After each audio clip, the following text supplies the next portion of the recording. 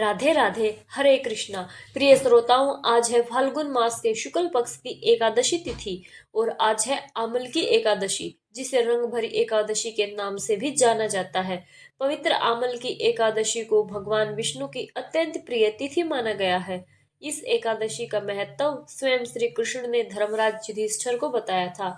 भगवान श्री कृष्ण ने कहा, हे राजन, आमल की एकादशी सभी एकादशियों में विशेष फल देने वाली है।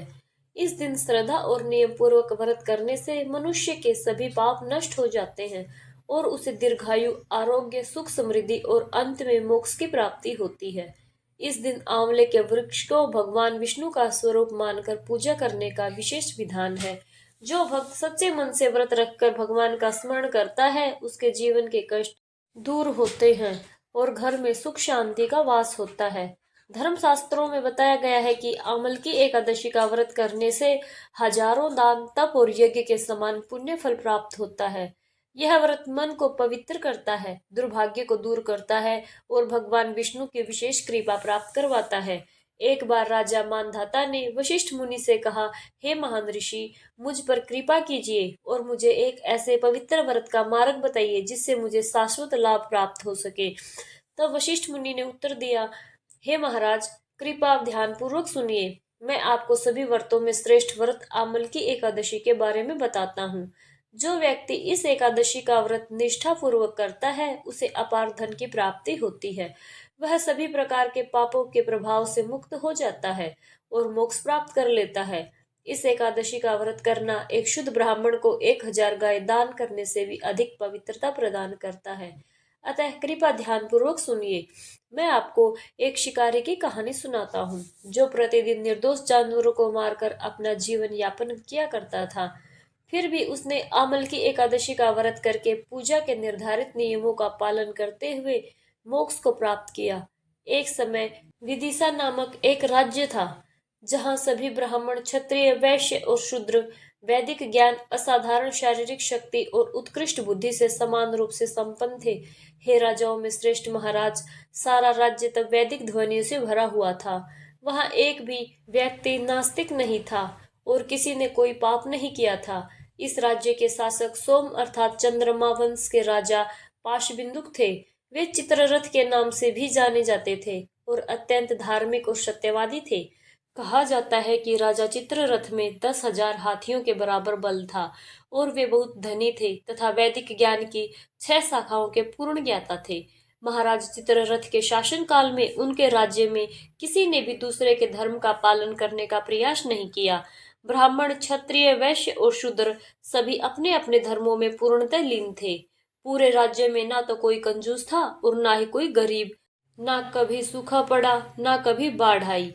वास्तव में वह राज्य रोग मुक्त था और सभी स्वस्थ थे। प्रजा ने भगवान विष्णु की प्रेम में भक्ति सेवा की, जैसा कि राजा ने भी किया, जिन्होंने भगवान शिव की विशेष सेवा की थी। इसके अलावा माह में 2 बार एकादशी का व्रत भी नियम पूर्वक रखा जाता था। हे श्रेष्ठ राजा, इस प्रकार विदेशा राज्य के नागरिक अनेक वर्षों तक सुख और समृद्धि में रहे। उन्होंने सभी प्रकार के भौतिक धर्मों का त्याग कर स्वयं को भगवान श्री हरि की प्रेममय सेवा में पूर्णतः समर्पित कर दिया। फिर एक बार फाल्गुन माह में द्वादशी के साथ आमल की एकादशी का पवित्र व्रत आया। राजा चित्ररथ ने यह महसूस किया कि यह विशेष व्रत विशेष रूप से लाभकारी होगा। इसलिए उन्होंने और विदेशा के सभी नागरिकों ने इस पवित्र एकादशी का बड़े ही कठिन नियमों से पालन किया। नदी में स्नान करने के बाद राजा और उनकी समस्त प्रजा भगवान विष्णु के मंदिर में गए, जहाँ की आंवले का एक वृक्ष था। सबसे पहले राजा और उनके प्रमुख ऋषियों ने वृक्ष को जल से भरा। एक पात्र, उत्तम छत्र, जूते, सोना, हीरे, मणि, माणिक, मोती, नीलम और सुगंधित धूप अर्पित की। फिर उन्होंने भगवान परशुराम की आराधना करते हुए भगवान की प्रार्थना की, हे भगवान परशुराम, हे रेणुका के पुत्र, हे सर्वप्रिय, हे संसार के मुक्तिदाता, कृपा करके इस पवित्र आंवले के नीचे आए और हमारा विनम्र प्रणाम स्वीकार करें। इसके बाद उन्होंने आंवले के वृक्ष से प्रार्थना की, हे पवित्र आमल की, हे भगवान ब्रह्मा जी के पुत्र, आप समस्त प्रकार के पाप कर्मों का नाश कर सकते हैं। कृपया हमारा आदर पूर्वक प्रणाम और यह विनम्र भेंट स्वीकार कीजिए। हे आमल की, आप वास्तव में ब्रह्म का स्वरूप हैं और एक समय स्वयं भगवान रामचंद्र ने भी आपकी आराधना की थी। इसलिए जो भी आपकी परिक्रमा करता है वह तुरंत अपने समस्त पापों से मुक्त हो जाता है। इन उत्तम प्रार्थनाओं के बाद राजा चित्ररथ और उनकी प्रजा एकादशी व्रत के नियमों के अनुसार रात भर जागते रहे और प्रार्थना और आराधना करते रहे। उपवास और प्रार्थना के इसी शुभ समय में एक धार्मिक व्यक्ति भी सभा में आ गया, जो पशु वध करके अपना और अपने परिवार का पेट भरा करता था। थकान और पाप से ग्रस्त उस शिकारी ने राजा और वैदिशा नगर के नागरिकों को अनेक दीपों से जगमगाते सुंदर वन में रात भर जागकर उपवास करते हुए और भगवान विष्णु की आराधना करते हुए अमल की एकादशी का पालन करते हुए देखा। शिकारी पास ही छिप गया और यह सोचकर हैरान रह गया कि उसके सामने यह असाधारण दृश्य क्या है, यहाँ क्या हो रहा है। उसने सोचा, पवित्र आमल के वृक्ष के नीचे उस सुंदर वन में उसने जो भी देखा वो भगवान दामोदर की मूर्ति की पूजा एक जल पात्र के आसन पर की जा रही थी और उसने भक्तों को भगवान कृष्ण के दिव्य रूपों और लीलाओं का वर्णन करते हुए पवित्र गीत गाते हुए सुना। स्वयं पर वश न रखते हुए निर्दोष पक्षियों और जानवरों का हत्यारा वह कट्टर नास्तिक पूरी रात एकादशी उत्सव को देखते और भगवान की महिमा सुनते हुए विस्मय में ही डूबा रहा। फिर सूर्य उदय के तुरंत बाद राजा और उनके शाही दल, जिनमें दरबारी, ऋषि और सभी नागरिक शामिल थे, सभी ने एकादशी का व्रत पूरा किया और वे विदिशा नगर वापस लौट आए।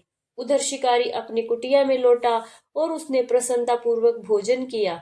कुछ समय के बाद उस शिकारी की मृत्यु हो गई, लेकिन अमल की एकादशी के व्रत और भगवान की महिमा सुनने तथा एकादशी की रात जागरण करते रहने के कारण उसे जो पुण्य प्राप्त हुआ, उससे वह अनेक रथों, हाथियों, घोड़ों और सैनिकों से सुसज्जित एक महान राजा के रूप में पुनर्जन्म लेने के योग्य हो गया। उसका नाम वसुरथ था, जो राजा विदुरथ का पुत्र था और उसने जयंती राज्य पर शासन किया। राजा वसुरथ बलवान और निर्भीक थे। सूर्य के समान तेजस्वी और चंद्रमा के समान सुंदर बल में वे श्री विष्णु के समान और क्षमाशील पृथ्वी के समान थे। अत्यंत दानशील और सत्यनिष्ठ राजा वसुरथ सदा भगवान श्री विष्णु की प्रेम में भक्ति सेवा किया करते थे। इसी कारण वे वैदिक ज्ञान में पारंगत हो गए। राज्य के कार्यों में सदा सक्रिय रहते हुए वे अपनी प्रजा की देखभाल ऐसे करते मानो वे उनकी अपनी ही संतान हो। उन्हें किसी में भी अहंकार पसंद नहीं था और उसे देखते ही वे चूर चूर कर ही देते थे। उन्होंने अनेक प्रकार के यज्ञ किए और सदा यह सुनिश्चित किया कि उनके राज्य के जरूरतमंदों को पर्याप्त दान मिलता रहे। फिर एक दिन जंगल में शिकार करते समय राजा वसुरथ अपना रास्ता भूल गए। कुछ देर भटकने के बाद थक कर वे एक वृक्ष के नीचे रुक गए और अपनी बाहों को तकिया बनाकर सो गए। जब वे सो रहे थे तभी कुछ बर्बर कबीले के लोग उनके पास गए और राजा के प्रति अपनी पुरानी शत्रुता को याद करके उन्हें मारने के विभिन्न तरीकों पर आपस में चर्चा करने लगे। क्योंकि उन्होंने हमारे पिता, माता, जीजा, पोते, भतीजे और चाचाओं सबको मार डाला, इसलिए हम जंगलों में पागलों की तरह भटकने को विवश हैं। ऐसा कहकर वे राजा वसुरथ को भाले, तलवार, बाण और रहस्यमयी रस्सियों सहित विभिन्न हथियारों से मारने की तैयारी करने लगे, लेकिन इनमें से कोई भी घातक हथियार सोते हुए राजा को छू तक नहीं सका और जल्दी ही असभ्य कुत्ते खाने वाले कबीले के लोग भयभीत हो गए।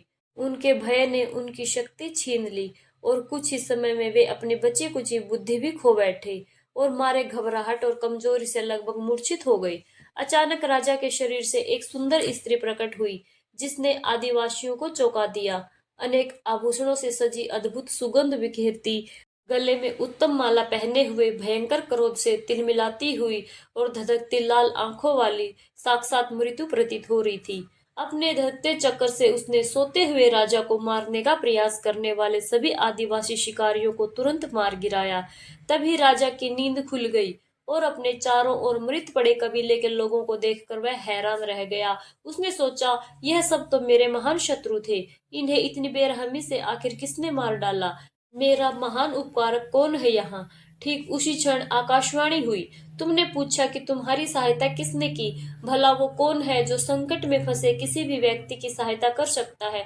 वो कोई और नहीं बल्कि श्री केशव हैं, जो भगवान हैं, जो श्री विष्णु हैं। बिना किसी स्वार्थ के उन सभी का उद्धार करते हैं जो उनकी शरण में आ जाते हैं। ये आकाशवाणी सुनकर राजा वसुरथ भगवान श्री केशव के प्रेम के प्रति अभिभूत हो गए। और वे अपनी राजधानी में वापस लौट आए और वहां दूसरे राजा इंद्र की तरह बिना किसी बाधा के शासन करने लगे। कथा के अंत में वशिष्ठ जी मुनि राजा मानधनता से कहते हैं, हे राजन, जो कोई भी इस पवित्र आमलकी एकादशी का पालन करता है वह निसंदेह भगवान विष्णु के सर्वोच्च धाम को प्राप्त करता है, क्योंकि इस परम पवित्र एकादशी व्रत के पालन से प्राप्त होने वाला धार्मिक पुण्य जो इतना अधिक है। इस प्रकार ब्रह्मांड पुराण से फाल्गुन शुक्ल एकादशी या आमलकी एकादशी की महिमा का वर्णन समाप्त होता है। इस पवित्र एकादशी के दिन आंवले के वृक्ष की पूजा की जाती है। यदि आंवले का वृक्ष उपलब्ध ना हो तो पवित्र तुलसी जी के पौधे की पूजा कर सकते हैं। साथ ही तुलसी जी के बीज बोकर उसे दीपक भी अर्पित कर सकते हैं। इस प्रकार आमलकी एकादशी कथा का महात्म्य समाप्त होता है। सारे मिलकर प्रेम से बोलिए राधे राधे, हरे कृष्णा।